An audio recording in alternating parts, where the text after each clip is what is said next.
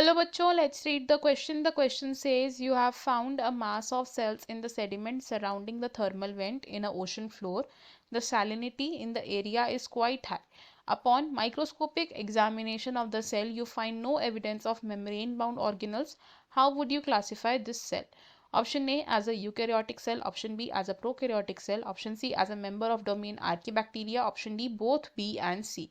Question में हमें बोला गया है कि हमें एक मास ऑफ सेल मिला है एक सेडिमेंट में जो एक थर्मल वेंट को सराउंड कर रहा है ओशन फ्लोर, और इस रीजन की जो सैलिनिटी है यानी कि जो सॉल्ट कॉन्सेंट्रेशन है इट इज़ हाई।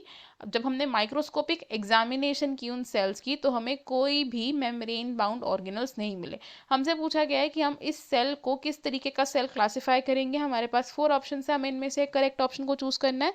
इस क्वेश्चन में हमारा जो की कॉन्सेप्ट यूज हो रहा है that is types of cell. Types of cell, तो सेल स्ट्रक्चर के बेसिस पर सेल्स दो टाइप के हो सकते हैं which are prokaryotic cells and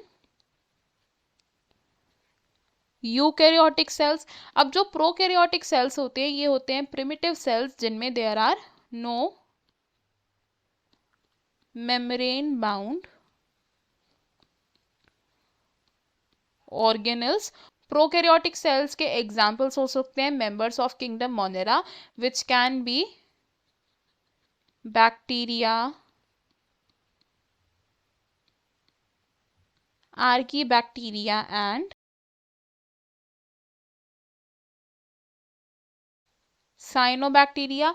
eukaryotic sales की अगर हम बात करें तो ये होते हैं ऐसे सेल्स जिनमें मेम्ब्रेन बाउंड ऑर्गेनल्स प्रेजेंट होते हैं। और यूकैरियोटिक सेल्स के एग्जाम्पल हो सकते हैं the cells present in members of kingdom animalia, kingdom Plantae या किंगडम फंजाई। अब हमारे पास क्या सिचुएशन दी है कि हमें एक मास ऑफ सेल मिला है एट द सेडिमेंट जो thermal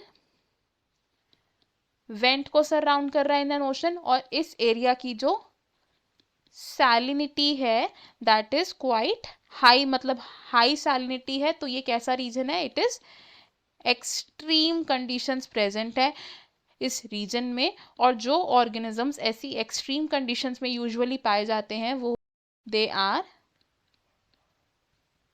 archaebacteria. Archaebacteria extreme and harsh conditions में सरवाइव कर सकते हैं। ऐसे आर्कीबैक्टीरिया जो हाई सैलिनिटी यानी हाई सॉल्ट कॉन्सेंट्रेशन वाले एरिया में रहते हैं इन्हें हम बोलते हैं हैलोफाइल्स। अब हमारे पास जब हमने माइक्रोस्कोपिक एग्जामिनेशन की इन सेल्स की तो हमें cell bound membrane bound organelles नहीं मिले, तो हम इस सेल मास को या इन सेल्स को हम क्लासिफाई कर सकते हैं एज एन आर्कीबैक्टीरिया। लेकिन ये जो आर्कीबैक्टीरिया है ये प्रोकैरियोटिक सेल्स भी हैं। तो इस क्वेश्चन में हमारे पास जो ऑप्शंस गिवन है इनमें से हमारा जो मोस्ट अप्रोप्रिएट आंसर होगा that will be option D which says both B and C, क्योंकि वो सेल एक प्रोकैरियोटिक सेल हो सकता है which can be a archaebacteria. Further examination से हमें प्रिसाइज रिजल्ट्स मिलेंगे कि वो ऑर्गेनिज्म कि वो सेल किस तरीके का सेल है। ऑप्शन ए तो रॉन्ग हो जाएगा बिकॉज यूकैरियोटिक सेल में मेम्ब्रेन बाउंड ऑर्गेनल्स प्रेजेंट होते हैं। ऑप्शन बी यहाँ पर हमारा मोस्ट सुटेबल आंसर नहीं है इसलिए हमने इसे रॉन्ग कंसिडर किया है। ऑप्शन सी भी मोस्ट सुटेबल आंसर नहीं है इसलिए भी रॉन्ग कंसिडर होगा। इस क्वेश्चन में हमारा मोस्ट अप्रोप्रिएट आंसर है option D. I hope you have understood it. Best of luck. Thank you.